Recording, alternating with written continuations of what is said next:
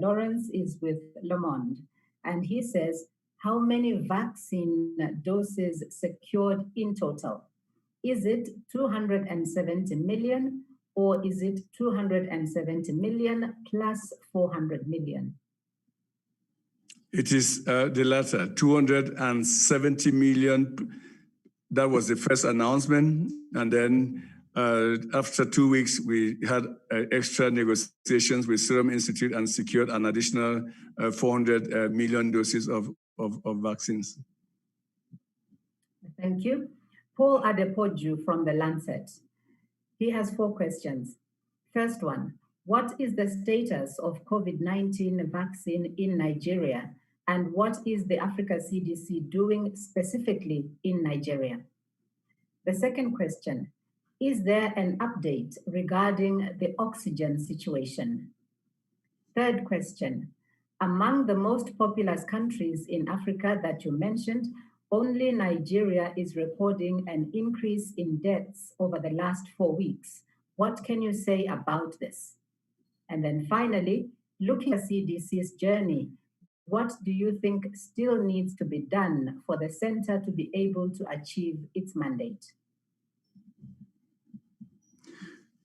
So the current situation in Nigeria for vaccine, as far as I know, is that Nigeria is very active in the AVAD platform. Nigeria is one of those countries, 16 countries that have put in their expression of interest in the platform. I think that is very important. We are also aware that Nigeria has a very strong human capacity for R&D in vaccines. But this is not the time to do R&D and to get a vaccine to be used there. I think it's very encouraging that, and we all very supportive of that effort, the efforts that are going on in Nigeria through the local researchers. So the timing, I think that activity will help us prepare for the future. But Nigeria is very active. The Minister of Health of Nigeria is part of the AVAG group that discusses. We meet like twice a week to discuss. So I think that we are very working with them. I don't know if the question on what Africa CDC is doing in Nigeria is in the area of vaccines or overall. But overall, I must say that we have worked very, very closely with the Nigeria CDC. And at that point, I really like to recognize the amazing leadership of Dr. Chikwe and the Nigeria CDC in fighting this pandemic. I think we tend to not say it enough, but Nigeria is the most populous country. Without the efforts of the Nigeria CDC, I think that pandemic would have been at a very different place in Nigeria. And we've supported them with rapid responders, with a lot of diagnostics, a lot of personal protective equipment. We are supporting them in the analysis of the new variants. So a lot of work, support has gone into Nigeria from Africa CDC, including, of course, boots on the ground. Let me just say that when the first cases were reported in Nigeria, we had boots on the ground almost the same day from Africa CDC. The deaths in Nigeria, I think death rates are increasing all over the board, not just in Nigeria. I think that is, I mean, not something specific for Nigeria, but it's across the board. Where do we go from here for Africa CDC? 4 years is a very short time in the history of a public health agency. Let me just put it in context. The China CDC was established in 2002. So it's probably about 19 or 20 years old.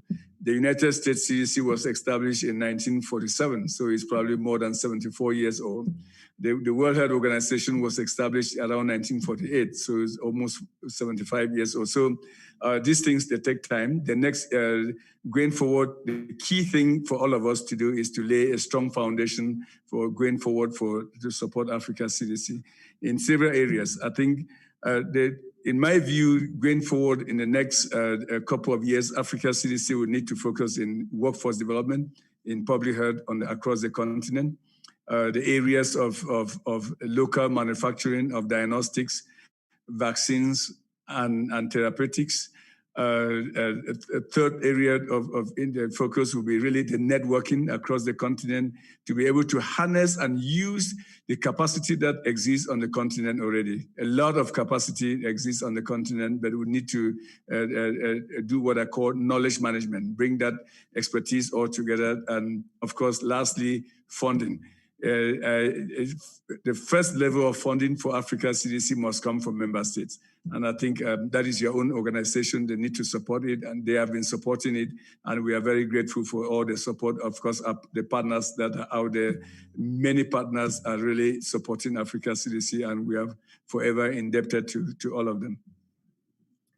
Thank you very much. We have two related questions, so I will just bundle them together. The first one is from George Obulutsa, and George is with the Reuters News. The question: could you please explain why there is a discrepancy in pricing of vaccines as announced by, say, COVAX and AVAT, and the prices announced by our governments? So that's one, coming from George. Then the related question is coming from Cara Anna with the Associated Press, and she says, why do some African countries have to pay more per vaccine dose than richer countries? And what do you feel about that? So I think the two questions are related. Our prices for in AVAC are very similar, I hope and believe, to the prices in COVAX. I think that is very clear. And that is where I think we continue to argue and advocate for the whole of Africa approach to coordinate our vaccine efforts. So, for example, if you heard me say that we have 270 million doses of vaccines plus an additional 400 million that we secured from the Serum Institute, that is a large number of vaccines that we are negotiating with the Serum Institute. That gives us a strong bargaining power with the Serum Institute. But if a country will go out of that and do it by themselves and say they just want 1 million doses of vaccines, I'm sure Serum Institute is going to charge them a little bit more.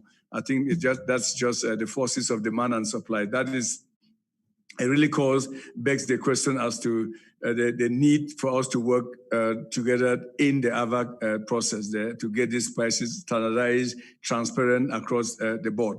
I think you all raise very important issues. That is even the underpinning of why the need for AVAC was so important, and we should all rally behind it. We will strongly discourage that differential pricing for vaccines is implemented where countries in the South pay more than countries in the developed world. I think that would be unfortunate because we are dealing with a crisis that is unprecedented. And it is only through this truly a collaborative spirit that we will be able to solve this problem. So differential pricing, especially pricing that favors some other countries and not others, will be unfortunate. Thank you. We have, again, a set of questions that are related, and I'm going to take them together. For everybody. This is a dangerous virus, a virus that spreads very quickly, and a virus that knows no border. It doesn't know whether you're a Tanzanian or you are a non-Tanzanian. I think it will spread if we continue to not work in a cooperative way.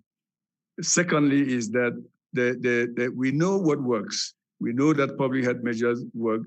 And we also know that if we do not get this virus out of our way, the entire continental agendas, i.e. the free trade agreement that we've all committed ourselves to, which truly